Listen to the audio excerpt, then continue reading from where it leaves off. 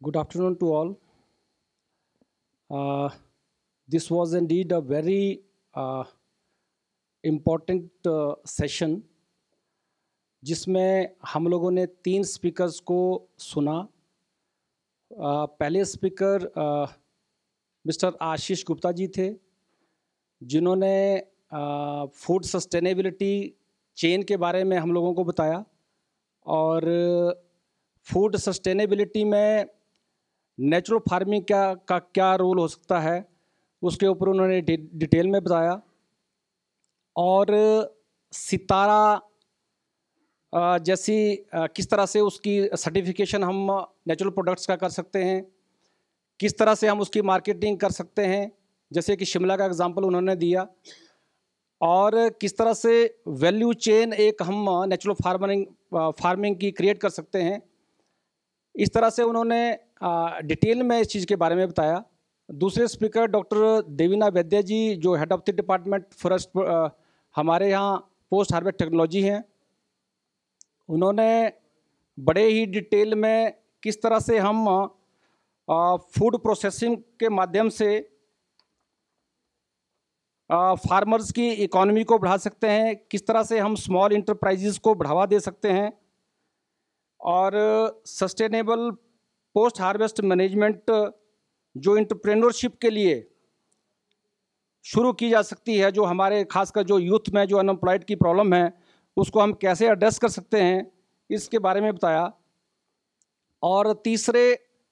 विजय स्वामी जी, जो रिवाज ऑर्गेनाइजेशन से, इन्होंने एक बहुत ही बड़ी बात बोली है कि ये जो हमारे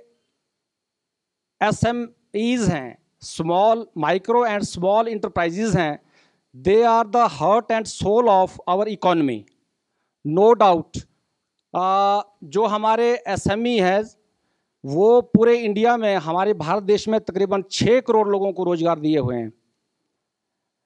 we have about 2.6 crore SMEs in India, जो एग्रीकल्चर सेक्टर के बाद सबसे बड़ा रोजगार युवाओं को दे रहे हैं। इसलिए ट्रांस हिमालयन रीजन में खासकर जो इस सेशन का एक थीम भी था कि empowering our MSEs as means to transformation of the Himalayan community, के जो रोल रहने वाला है हमारा माइक्रो या स्मॉल इंटरप्राइजेज का, उससे उनको हम कैसे एम्पावर करें ताकि हम हिमालयन रीजन को एक ट्रांसफॉर्मेशन की तरफ ले जाएं। ये बहुत डिटेल में बात हो चुकी है सेशन में, लेकिन मेरा जो कंसर्न है वो सिर्फ इतना है कि हमारा जो पहाड़ों में जो ट्रांस हिमालय रीजन में है, उसमें डेवलपमेंट का मॉडल शायद वो नहीं लगना चाहिए जो दूसरी जगह पे लगता है। It is because we have very sensitive and fragile ecosystem.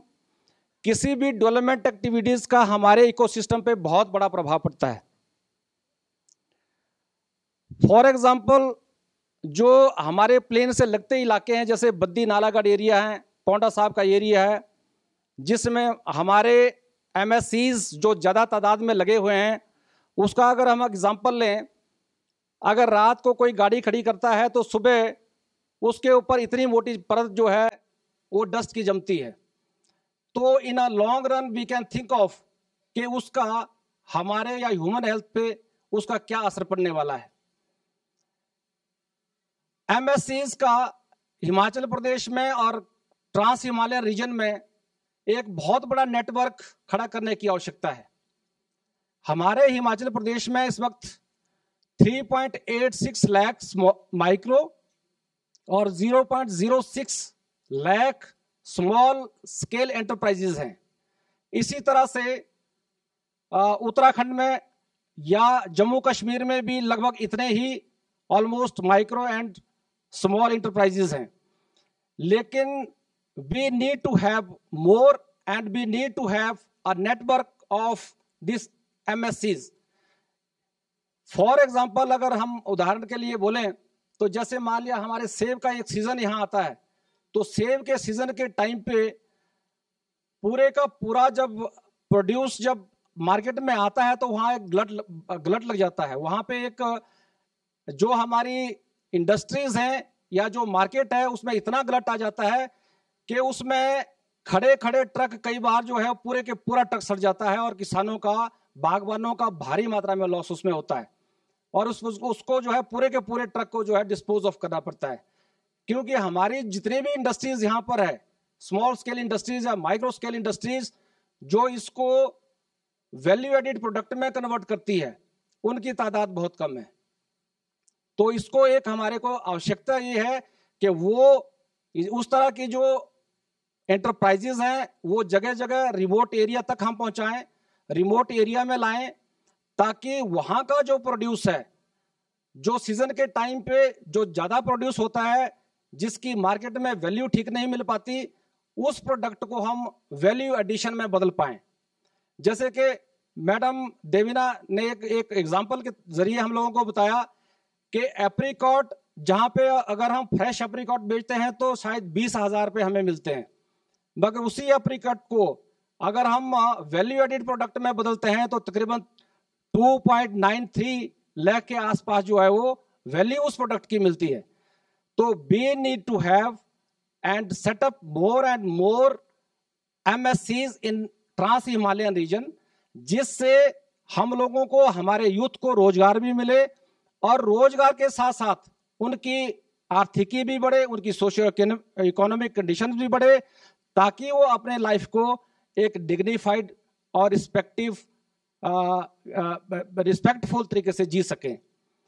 तो मुझे लगता है ये हमारा जो सेशन था ये बहुत ही फ्रूटफुल सेशन रहा, लेकिन हमें ये सोचने की आवश्यकता है, अभी शायद इंटरेक्शन सेशन होगा, उसमें ये सोचने की और ये मंथन करने की आवश्यकता है कि हम अपने ट्रांस हिमालयन रीजन, जो एक शुद्ध हवा, पानी और वातावरण के लिए जाना जाता है,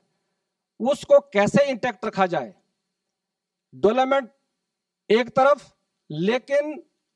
हमारी जो वातावरण की स्वच्छता है, पोल्यूशन फ्री जो हमारा वातावरण है, जिसकी वजह से लोग अट्रैक्ट होते हैं, इसको हम कैसे कायम रख पाए, ताकि हम एक इको फ्रेंडली डेवलपमेंट मॉडल हम इस ट्रांस हिमालय रीजन में ला पाए। तो मुझे लगता है हमारा ये जो सेशन रहने वाला है, अब इसके बाद आप लोग एक I think round table discussion करते हैं, उसके बाद we will be able to come out with some concrete suggestions and solution. Thank you all.